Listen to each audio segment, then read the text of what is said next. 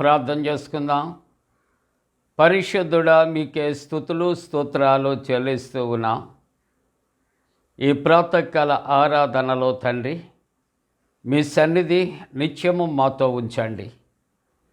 ఆరాధన అంతటలో మహిమ ఘనత ప్రభావాలు మీకు ఆరోపిస్తూ యేసు ప్రభు వారి పరిశుద్ధ నామమున వేడుకొనుచున్నాము తండ్రి. ఆమేన్.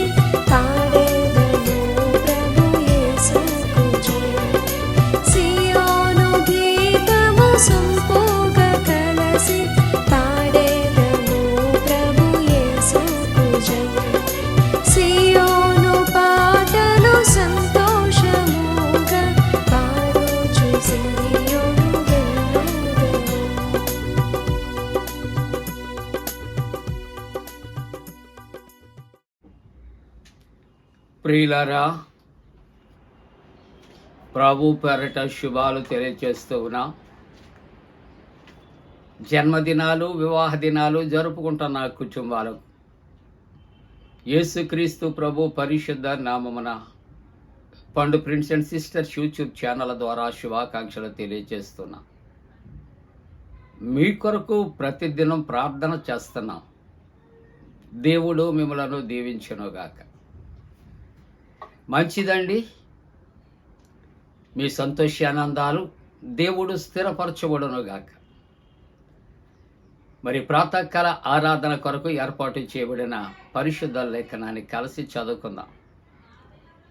అందరము కూడా పరిశుద్ధ గ్రంథాలు తెరచి యెషయా గ్రంథము 65వ అధ్యాయం 11వ వచనాన్ని కలిసి మనం చదువుకుందాం. 11వ వచనం. యెహోవాను విసర్జించి నా పరిశుద్ధ పర్వతమును మరచి గాదునకు బల్లను సిద్ధపరచువారులారా, అదృష్టదేవికి పానీయార్పణము ఏర్పరచువారులారా, నేను పిలువుగా మీరు ఉత్తరమియ్యలేదు. ప్రియులారా, దైవవాక్యాన్ని చదవగా మనం విన్నాం కదా. ఈవేళ వాక్యాంశము దేవునిని విసర్జించుట. ఎవరిని అండి విసర్జిస్తాం? దేవునిని విసర్జించినటువంటి వారు, యెహోవాను విసర్జించినటువంటి వారు. మానవుడు తనకు ఉన్నటువంటి ఒక ప్రత్యేకత ఏంటి అంటే, పనికి వచ్చే దానిని మనం ఏం చేస్తామంటే దాని ఎడల భద్రత కలిగి ఉండం. పనికిరాని వాటి పట్ల చాలా మనం శ్రద్ధ కలిగి ఉంటాం. విసర్జించవలసినవి ఉన్నాయి, మనము విసర్జించకూడనటువంటివి ఉన్నాయి. కానీ ఈవేళ దేవుని యొక్క వాక్యములో మనం చదువుకుంటూ ఉన్నప్పుడు వీళ్ళు ఏం చేస్తా ఉన్నారు? సృష్టికర్త అయినటువంటి దేవునిని వారు విసర్జించారు. ప్రియులారా, మానవుడు జీవించాలి అంటే మానవుడు తప్పనిసరిగా ఉచ్ఛ్వాస నిశ్వాస ఆక్సిజన్ అనేది మనం పీల్చుకుంటాం అనేది సహజం. నేను పీల్చనండి, నేను ప్రాక్టీస్ చేశానండి, ముక్కు మూసుకొని దమ్ము పడతానంటే ఒకవేళ కొద్ది fraction of seconds are minutes ఒకవేళ ఉండగలవేమో తదుపరి. ఆ తరువాత బలవంతంగా నీ ముక్కు పట్టుకుని కొన్ని నిమిషాలు ఎవరైనా మూస్తే తర్వాత ఏమైపోతుందో నీకు తెలుసు కదా. ప్రాణవాయువులను విసర్జిస్తేనే బ్రతకవు. మరి ప్రాణవాయువు ఎవరిచ్చారు సృష్టిలో? ఆలోచన చేస్తావా?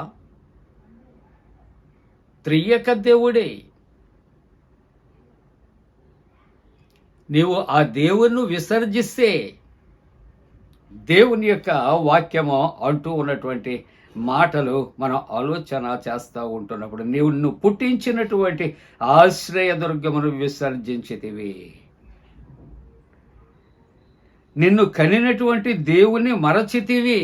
చూసారండి, ఇక్కడ రెండు రకాల మాటలు. నిన్ను సృజించిన దేవుని నువ్వు విసర్జించావు, నిన్ను కనినటువంటి ఆ దేవుని నువ్వు మరచిపోయావు. ప్రియా దేవుని బిడ్డలారా, కాబట్టి దేవుని నువ్వు విసర్జిస్తే, దేవుని నువ్వు మరచిపోతే నీ యొక్క పరిస్థితి ఏమైపోతుంది? ఈవేళ వాక్యాన్ని మనం కలిసి ధ్యానం చేసుకుంటున్నాం. అందుకనే 32వ అధ్యాయము ద్వితీయోపదేశకాండం 19వ వచనములో ఇక్కడ యెహోవా దానిని చూచెను, తన కుమారుల మీదను కుమార్తెల మీదను క్రోధపడెను, వారిని అసహ్యించుకొనెను. ఎందుకు అసహ్యించుకున్నాడు? ఎందుకు కోపపడ్డాడు? రెండు కారణాలు ఉన్నాయి. స్వయంకృత అపరాధము. ఒకటి, మనల్ని పుట్టించినటువంటి ఆశ్రయదుర్గాన్ని విసర్జించటం. రెండవది, మనల్ని కనినటువంటి దేవుణ్ణి మరచిపోతాం. ఈ రెండు కూడా మన దేవుడు చూచాడు. కాబట్టి ఇంతవరకు నా కుమార్తెలు అనుకున్నటువంటి దేవుడట మన మీద ఆయన కోపపడుతున్నాడు. కోపపడటమే కాదు, అసహ్యపడుతున్నాడు. మనం వేటిని అసహ్యించుకుంటాం? పనికి వచ్చే వాటిని అసహ్యించుకుంటాం. కానీ దేన్ని అసహ్యించుకోవాలి? పనికి రానిటువంటివి, జుగుప్సాకరమైనటువంటి వాటిని అసహ్యించుకోవాలి. చూసారా వ్యత్యాసం? ప్రియమైన దేవుని బిడ్డలారా, న్యాయాధిపతుల గ్రంథం 10వ అధ్యాయం 13వ వచనములో చూస్తే, అయితే మీరు నన్ను విసర్జించి. మనం దేవునిని కలిగి ఉండాలి. యోహాను సువార్తలో 15వ అధ్యాయంలో అంటాడు, అంటుకట్టబడి ఉండండి, మంచి ఫలాలు ఫలిస్తారు. నాకు వేరుగా ఉండి మీరు ఏమీ చేయలేరు. కానీ వాక్య భాగంలో న్యాయాధిపతులు 10వ అధ్యాయం 13వ వచనంలో చూస్తూ ఉంటున్నప్పుడు, అయితే మీరు నన్ను విసర్జించి అంటే నన్ను విడిచిపెట్టి ఏం చేస్తున్నారట? అన్య దేవతలను పూజించరు. ఏది చేయకూడదో అదే చేస్తా ఉన్నారు. ఏమండి, మానవునికి కొంచెం భౌతికపరమైనటువంటి శక్తినిచ్చే శాలిని పెట్టుకుంటాం మానేసి, లేదు నాకు ఆ సైనైడే నాకు పెట్టు నేను బ్రతుకుతాను అనేసి ఆ బాటిల్ తీసి సైనైడ్ తనకు తానే పెట్టుకుంటే ఎన్ని క్షణాలు బ్రతుకుతాడు? నీడిలు నెరవలోకి గుచ్చినట్టనే పోతాడు. జీవాధిపతిని విసర్జించారు, జీవము లేనటువంటి వారినట పూజ చేస్తూ ఉంటూ ఉన్నారు. అన్య దేవతలను పూజించి తిరిగి కనుక నేను ఇక మిమ్మును రక్షింపను. ఎంతవరకు కూడా ఆయనకు వ్యతిరేకమైనటువంటి పాపము చేస్తున్నా ఆయన జ్ఞాపకం చేసుకుంటున్నాడు, తప్పిస్తున్నాడు, రక్షిస్తున్నాడు, బ్రతికిస్తూ ఉన్నాడు. ఇక అంటాడు, ఇక నేను మిమ్మల్ని రక్షించాను, ఇక నేను మిమ్మల్ని రక్షించాను. అందుకనే మనం అంటే ఇక నిన్ను ఎవరు ఏం చేయలేరు అంటాం ఒక్కోసారి విసుగొచ్చి. ప్రభువే అంటాడు, ఇంతవరకు రక్షించాను, ఇక నేను రక్షించాను. 2వ దినవృత్తాంతాల గ్రంథం 15వ అధ్యాయం 2వ వచనములో మీరు ఆయనను విసర్జించిన ఎడల ఆయన మిమ్ములను విసర్జించును. దీన్నే ఏమంటారంటే ఇంగ్లీష్లో టిట్ ఫర్ టెట్ అంటారు. కొంచెం తెలుగులో మన దగ్గరగా ఆలోచన చేస్తే కుక్క కాటుకు చెప్పు దెబ్బ. నీ అవసరత నాకేం లేదు అనుకుని అవసరం వచ్చినప్పుడు నువ్వెవరో తెలియదు అంటూ ఉంటారు. ఆయన్ను మనం విసర్జించాం. అందుకని దేవుని యొక్క వాక్యం అంటుంది, నీకు ఆపద కలిగినప్పుడు నువ్వు నా దగ్గరికి వస్తే నేను ఇదిగో నవ్వుతాను, మీరెవరో నాకు తెలియదు. ఎంత భయంకరమైనటువంటి మాట. ప్రియమైన దేవుని బిడ్డలారా, సామెతల గ్రంథం 1వ అధ్యాయం 32వ వచనములో జ్ఞానము లేని వారు దేవుని విసర్జించి నాశనం అయిపోతారు. జ్ఞానము లేని వారు దేవుని విసర్జిస్తారు, నాశనం అయిపోతారు. యెషయా గ్రంథం 1వ అధ్యాయం 28వ వచనములో యెహోవాను విసర్జించిన వారు లయమైపోతారు. లయమైపోతారు కారణం దేవుని విసర్జించటం. ఇర్మియా గ్రంథము 17వ అధ్యాయం 13వ వచనములో యెహోవా నిన్ను విసర్జించి వారు అందరూ సిగ్గుపడతారు. తీతు పత్రిక 2వ అధ్యాయం 12వ వచనంలో అంటాడు, యెహోలోక సంబంధమైన దురాశలను విసర్జించు. వాటిని విసర్జించాం, వాటి కొరకు ప్రయాసపడతాం. అవసరమైన వాటి కొరకు ప్రయాసపడతాం, అవసరం లేని వాటి కొరకు ప్రయాసపడతాం. ముగింపుగా తిమోతి 1వ పత్రిక 4వ అధ్యాయం 7వ వచనంలో ముసలమ్మ ముచ్చట్లు విసర్జించు. లోకములో విసర్జించవలసినవి ఉన్నవి, విసర్జించకూడనివి ఉన్నవి. విసర్జించకూడనటువంటివి మనం విసర్జించి దేవునికి దూరస్థలం అయిపోతున్నాం. మనం దేవుని కలిగి ఉండవలసినటువంటి వారము దేవునికి దూరస్థలం అయిపోతాం. కాబట్టి మనం దేవుని విసర్జించటం కాదు, దేవుని మనం కలిగి ఉందాం. లోకములు అనేకమైనటువంటివి ఉన్నాయి, అపకారము చేసేవి, హానికరమైనవి, వాటిని విసర్జిద్దాం. అలా చేయటానికి దేవుడు తన పరిశుద్ధాత్మ కూడా మనపై మెండుగా కుమ్మరించునుగాక.